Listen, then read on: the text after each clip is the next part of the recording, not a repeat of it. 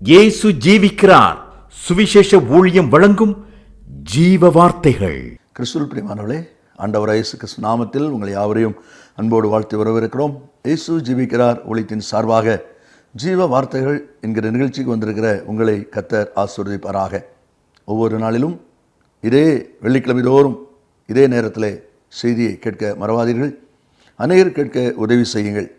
இந்த செய்தி DVD தேவையானாலும், எங்களுடைய வளரு செடி பத்திரிகை தேவையானாலும் எங்களோடு தொடர்பு கொள்ளுங்கள். கர்த்தர் உங்களை ஆசீர்வதிப்பாராக. ஊழியத்தில் உங்கள் பகுதியில் பயன்படுத்த விரும்பினாலும் எங்களோடு தொடர்பு கொள்ளலாம். இந்த நாளிலும் உங்களுக்காக வேதாகமத்திலிருந்து ஒரு பகுதியை நான் வாசிக்கிறேன். ஜெபத்துடன் கேளுங்கள். ஆதியாகமம் 22ஆம் அதிகாரம் 8வது வசனம். ஆபிரகாம் தன் மகனை நோக்கி சொல்லுகிற ஒரு அருமையான வார்த்தை. என் மகனே, தேவன் தமக்கு தகன பலிக்கான ஆட்டுக்குட்டியை பார்த்து கொள்வார் என்றான். இந்த சம்பவம் நமக்கு நன்றாய் அறிந்திருக்கிற ஒரு வேத பகுதி. ஒரு நாள் ஆண்டவர் ஆபிரகாமை சோதித்தார் என்று பார்க்கிறோம். உன்னுடைய ஏக புதல்வன், உன் நேசகுமாரன் ஈசாக்கை நான் காண்பிக்கிற மலையிலே நீ அவனை எனக்காக பலி செலுத்த வேண்டும் என்று சொன்னார். அவனும் உடனடியாக புறப்பட்டு வேலைக்காரர்களை கூட்டிக் கொண்டு பிரயாணப்பட்டு போய் கொண்டிருக்கிறான். ஒரு குறிப்பிட்ட இடம் வந்தவுடனே வேலைக்காரரை நிறுத்திவிட்டு அவனும் மகனுமாக போய் கொண்டிருக்கிறார்கள். அப்பொழுது மகன் தகப்பனிடத்தில் ஒரு கேள்வி கேட்கிறான். அப்பா, நெருப்பு கொண்டு போகிறோம், கட்டை விறகு கொண்டு போகிறோம், ஆட்டுக்குட்டி கொண்டு வரவில்லையே, தகனபலிக்கான ஆட்டுக்குட்டி எங்கே என்று மகன் கேட்கிறான். அப்பாவுக்கு நன்றாய் தெரியும், மகனை தான் பலி செலுத்தும்படி கர்த்தர் பேசியிருக்கிறார். மகனை பலி செலுத்துவதாக அவன் அழைத்து கொண்டு போகிறான். இவன் தான் அந்த பலி பொருள் என்பது ஆபிரகாமுக்கு நன்றாகவே தெரியும். ஆனால் தன்னிடத்தில் கேட்கிற தன் மகனுக்கு அவன் சொல்லுகிற வார்த்தையை கவனியுங்கள். என் மகனே, தேவன் தமக்கு தகன பலிக்கான ஆட்டுக்குட்டியை அவர் பார்த்து கொள்வார். நன்றாய் கவனிங்கள். ஆண்டவர் இன்றைக்கு நம்மிடத்தில் விரும்புகிற, நம்மிடத்தில் எதிர்பார்க்கிற ஒரு காரியம் என்ன என்று சொன்னால், என்றைக்கு நம்முடைய தேவைகள், நம்முடைய விருப்பங்கள், நம்முடைய எதிர்பார்ப்புகளை ஆண்டுடைய கரத்திலே அர்ப்பணிக்கிறோமோ அன்றைக்கு அந்த காரியத்தை அவர் பொறுப்பெடுக்கிறார். இன்றைக்கு அநேக சமயங்களிலே நாம் வேதனை, துன்பம், பாடுகளை சந்திப்பதற்கு காரணம், இப்படிப்பட்ட தேவை நேரங்கள் வரும்பொழுது ஆண்டுடைய கரத்தில் அர்ப்பணிப்பதற்கு பதிலாக நாமே செயல்பட ஆரம்பித்து விடுகிறோம். இங்கே ஆபிரகாம் நன்றாய் தெரியும் தன் மகனை தான் பலியிடப் போகிறோம் என்று சொல்லி, ஆனாலும் அவன் சொல்லுகிறான், அந்த ஆட்டுக்குட்டியின் பொறுப்பு கர்த்தருடைய கையில் விட்டு விட்டான். அதை அவர் பார்த்து கொள்வார், ஆட்டுக்குட்டியை அவர் பார்த்து கொள்வார் என்று சொல்லி ஆண்டுடைய கரத்திலே கொடுக்கிறான். ஆண்டவருக்கு நல்லா தெரியும், உன் மகனை பலி செலுத்து என்று தான் சொல்லியிருக்கிறோம். இது என்ன, உன் மகனை பலி செலுத்துன்னு நம்ம சொல்லியிருக்கிறோம். இவன் என்னடானா தன்னுடைய மகனிடத்தில் ஆட்டுக்குட்டியை கர்த்தர் பார்த்துக்கொள்வார் என்று சொல்லி அதை என்னுடைய பொறுப்பில் போடுகிறானே என்று சொல்லி கர்த்தர் யோசிக்கிறார். இந்த வார்த்தையில் கேட்டுக்கொண்டிருக்கிற அருமையான கர்த்தருடைய பிள்ளைகளே, இந்த பொறுப்பு, ஆட்டுக்குட்டியினுடைய பொறுப்பு ஆண்டுடைய கரத்தில் கொடுக்கப்பட்டபடினால் அவர் அதை செய்துதான் ஆக வேண்டும். அந்த அதிகாரத்தினுடைய 13வது வசனத்தை நீங்கள் வாசிப்பீர்களானால், ஆபிரகாம் தன் கண்களை ஏறெடுத்து பார்த்தபோது இதோ பின்னாக புதரிலே தன் கொம்புகள் சீக்கிக் கொண்ட ஒரு ஆட்டுக்கடாவை கண்டான். இவன் கேட்டது ஆட்டுக்குட்டி, கர்த்தர் கொடுத்திருக்கிறது ஆட்டுக்கடா. நன்றாய் கவனிங்கள். மகனை பலியிட போனவன் அந்த பலி பொருளை, அந்த பொறுப்பை ஆண்டுடைய கருத்தில் கொடுத்துட்டதுனால கர்த்தர் அதை எடுத்துக்கொள்கிறார். அதற்குரிய காரியத்தை அவர் நிறைவேற்றுகிறார். இந்த வார்த்தையை கேட்டுக்கொண்டிருக்கிற அன்பு நேச பிள்ளைகளே, உங்கள் வாழ்க்கையிலும் கூட சிக்கலான நிலைமைகள் வரும்பொழுது, பதில் கண்டுபிடிக்க முடியாத, விடை கண்டுபிடிக்க முடியாத, தெளிவு எடுக்க முடியாத நிலைகள் வரும்பொழுது எதையாவது ஒன்று செய்யலாம் என்று செய்யாதிருங்கள். யாரையாவது சந்திக்கலாம் என்று சந்திக்காதிருங்கள்.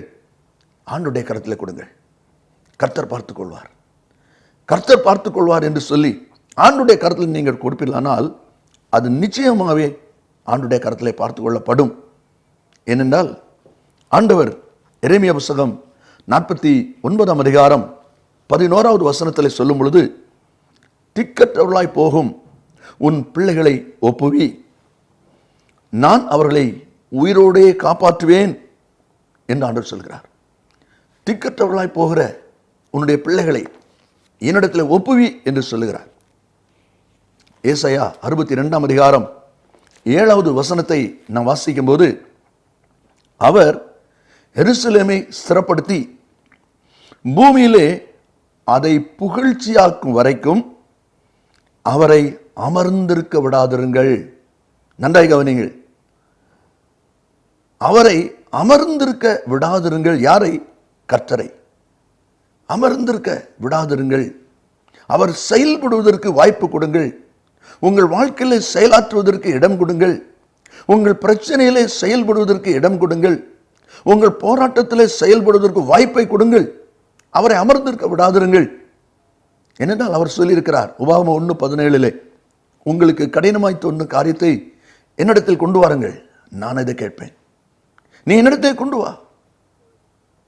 உன்னை குறித்து, உன் பிள்ளைகளை குறித்து, ஊழியங்களை குறித்து, உன் தொழில் காரியங்களை குறித்து, உன் குடும்பத்தின் காரியங்களை குறித்து பிரச்சனையா? பாரத்தோடு இருக்கிறாயா? என்ன செய்வதுன்னு தெரியாமல் திகைத்து கொண்டிருக்கிறாயா? என்னிடத்தில் வா, நான் அதை கேட்பேன் என்று அவர் சொல்லிக் கொண்டிருக்கிறாரே. விடுவிப்பதற்கு அவர் ஆயத்தமாயிருக்கிறார். வழிகாட்டுவதற்கு அவர் ஆயத்தமாயிருக்கிறார். ஆனால் நீங்கள் அதற்கு வாய்ப்பு கொடுக்க வேண்டுமே. அதைதான் ஏசாயா புத்தகத்தின் மூலமாக நாம் வாசிக்கிறோம்.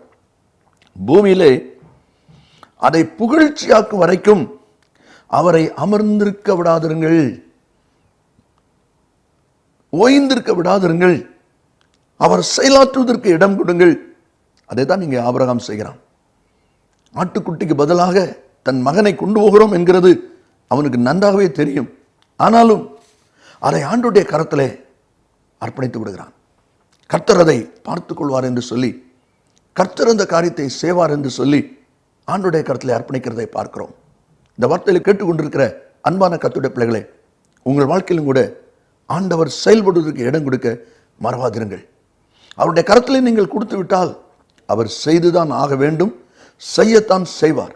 அவர் செய்யாமல் விடுகிற தேவன் அல்லவே அல்ல. அதை தான் இங்கே பார்க்கிறோம். ஆண்டுடைய கரத்திலே பொறுப்பு கொடுத்த உடனே மகனை பலி செலுத்த வேண்டும் என்கிற அந்த நிலை மாறி ஒரு ஆட்டுக்கடாவை அவனுக்காக ஆயத்தம் பண்ணி கொடுத்தாரே, அதே தேவன் உங்களுக்காகவும் ஒரு அற்புதமான நன்மையை ஆயத்தமாய் கொடுக்க அவர் போதுமானவராயிருக்கிறார். ஆனால் வேதாகமத்திலே ஆண்டுடைய கரத்திலே அர்ப்பணிக்காமல் தாங்களாகவே சில வழிமுறைகளை தேடிக்கொண்டவர்கள் எத்தனையாய் வேதனை அடைந்தார்கள். நீங்களும் அதன் நிமித்தமே வேதனை அடைகிறீர்கள் என்பதை வேதம் நமக்கு தெளிவாய் சொல்லுகிறது. அதையும் வேதாகமத்திலிருந்து நாம் அறிந்து கொள்வது மிக முக்கியமான காரியம். ஆதியாகமம் 16 அதிகாரத்தில் 2வது வசனத்தை நாம் வாசிக்கும் போது அங்கே விதமாய் பார்க்கிறோம். சாராய் ஆபிரகாமை நோக்கி, நான் பிள்ளை பெறாதபடி கர்த்தர் என் கற்பத்தை அடைத்திருக்கிறார், என் அடிமை பெண்ணோடே சேரும், ஒருவேளை அவளால் என் வீடு கட்டப்படும். நன்றா யோசிங்கள். முந்தின அதிகாரத்தில் கூடாரத்துக்குள்ள இருந்த ஆபிரகாமை கர்த்தர் அழைத்து, வானத்தை அண்ணாந்து பார், நட்சத்திரத்தை எண்ணு, முடியாது, அப்படி உன் சந்ததி ஆசீர்வாதமாக இருக்கும் என்று சொல்லி கர்த்தர் வாக்கு கொடுத்திருக்கிறார். ஆனால் அதற்கு இடையில இந்த சாராய் தன் கர்ப்பம் அடைக்கப்பட்டிருக்கிறது என்கிற ஒரு எண்ணத்தோடு, ஒரு நினைவோடு, ஒரு தீர்மானத்தோடு ஒரு வழியை அவள் தேடுகிறாள். கர்த்தருடைய கரத்திலே ஒப்பு கொடுக்காமல் அவளாகவே ஒரு வழியை தேடுகிறாள். என்ன? தன் வீட்டில் இருக்கிற, தனக்கு உண்மையாக இருக்கிற, தனக்கு பிரியமாக இருக்கிற ஆகார் என்கிற அடிமை பெண்ணை மறுமனையாட்டியாக ஆபிரகாம் கொடுப்பதை பார்க்கிறோம். அது நிமித்தம் நடந்தது என்ன? ஒரு இஸ்மவேல் பிறக்கிறான். அந்த இஸ்மவேலை குறித்து வேதம் சொல்வது 12ஆம் வசனத்தில் வாசிக்கிறோம். அவன் துஷ்ட மனுஷனாயிருப்பான், அவனுடைய கை எல்லாருக்கும் விரோதமாக, எல்லாருடைய கை அவனுக்கு விரோதமாக இருக்கும். இன்று வரை அந்த வார்த்தை நடந்து கொண்டிருப்பதை நீங்களும் நானும் அறிந்திருக்கிறோம். இதுக்கு காரணம் என்ன? அவர் பார்த்துக் கொள்வார் என்று சொல்லி ஆண்டுடைய கரத்திலே கொடுக்காமல் தாங்களாகவே ஒரு வழியை ஏற்படுத்தினதுனாலே இந்த வார்த்தையை கேட்டுக்கொண்டிருக்கிற அருமையான கர்த்தருடைய பிள்ளைகளே, உங்கள் வாழ்க்கையிலே ஏன் குழப்பம், ஏன் காரணமில்லாத காயங்கள்? ஆண்டவருடைய கரத்திலே நீங்கள் ஒப்புக் கொடுக்காமல் நீங்களாக சுயமாக தெரிந்து கொண்டதனாலே ஏற்பட்ட விளைவு அல்லவா? இனி உள்ள நாட்களிலாவது நெருக்கத்தின் சூழ்நிலைகளிலே கர்த்தருடைய கரத்திலே உங்களுடைய காரியத்தை நீங்கள் ஒப்புக் கொடுப்பீர்களானால் அந்த காரியம் ஆசீர்வாதமாக முடியும், அந்த காரியம் ஜெயமாய் முடியும். அது ஒரு நாளும் தோல்வியிலே முடிவது இல்லவே இல்லை. இரண்டாவதாக, ஆதியாகமம் 19ஆம் அதிகாரம் 19வது வசனத்திலே நாம் வாசிக்கும் போது, கர்த்தர் லோத்தை பார்த்து, இந்த சோதோம் குமரா பட்டணம் அழிக்கப்பட போகிறது, ஆகையினாலே இந்த சமபூமியில் எங்கு நில்லாதே, மலைக்கு ஓடிப்போ என்று சொல்லி ஆண்டவர் துரிதப்படுத்துகிறார். தம்முடைய தூதன் மூலமாய் கரங்களை பிடித்து இழுத்து கொண்டு வெளியே விட்டு ஓடு என்று சொல்லுகிறார். தப்பி ஓடு, சிவன் தப்ப ஓடிப்போ என்று சொல்லுகிறார். ஆனால் 19ஆம் வசனத்தில் அவன் என்ன சொல்லுகிறான் கவனிங்கள், மலைக்கு ஓடிப்போக என்னால் முடியாது, தீங்கு என்னை தொடரும், நான் மரித்து போவேன், அதோ ஒரு சின்ன ஊர் இருக்கிறதே அங்கே போகிறேன். ஆண்டவர் சொன்னார், உனக்காக அந்த ஊரையை நான் விட்டு வைக்கிறேன், போ என்று சொன்னார். நடந்த சம்பவத்தை பாருங்கள். ஒருவேளை கர்த்தருடைய கரத்திலே கொடுத்திருப்பானால் காரியம் ஜெயமாய் முடிந்திருக்கும். ஆனால் இவன் தனக்காக ஒரு இடத்தை தெரிந்து கொண்டதுனால அதனுடைய விளைவு என்ன என்று பார்க்கும்போது 26வது வசனத்தில் வாசிக்கிறோம், அவன் மனைவி பின்னிட்டு பார்த்து உப்புத்தூண் ஆய்போனாள். அவனுக்கும் உபயோகம் இல்லை, பிள்ளைகளுக்கும் உபயோகம் இல்லை, தேவனுக்கும் பயனற்ற ஒரு உப்புத்தூணாக மனைவி மாறிப்போனாள். பின்னால் உள்ள பகுதியை நாம் வாசிக்கும் போது 2 பெண் பிள்ளைகள் இருவருடைய வாழ்க்கையும் ஒரு அருவருப்பான வேதனையின் அனுபவத்தில் முடிந்து விட்டதை நாம் பார்க்கிறோம். இதற்கு காரணம் என்ன? அந்த லோத்துடைய தெரிந்து கொள்ளுதல். ஆட்டுக்குட்டியை அவர் பார்த்துக் கொள்வார் என்று ஒப்பு கொடுக்கும்போது அதில் ஜெயம் இருக்கிறது. அவனாக தெரிந்து கொண்ட போது அங்கே தோல்வி ஏற்படுகிறது. மூன்றாவதாக, நியாயாதிபதி புஸ்தகம் 11ஆம் அதிகாரத்தை நாம் எடுப்போமானால் அங்கே எப்தாங்கிற ஒரு மனிதனை குறித்து நாம் வாசிக்கிறோம்.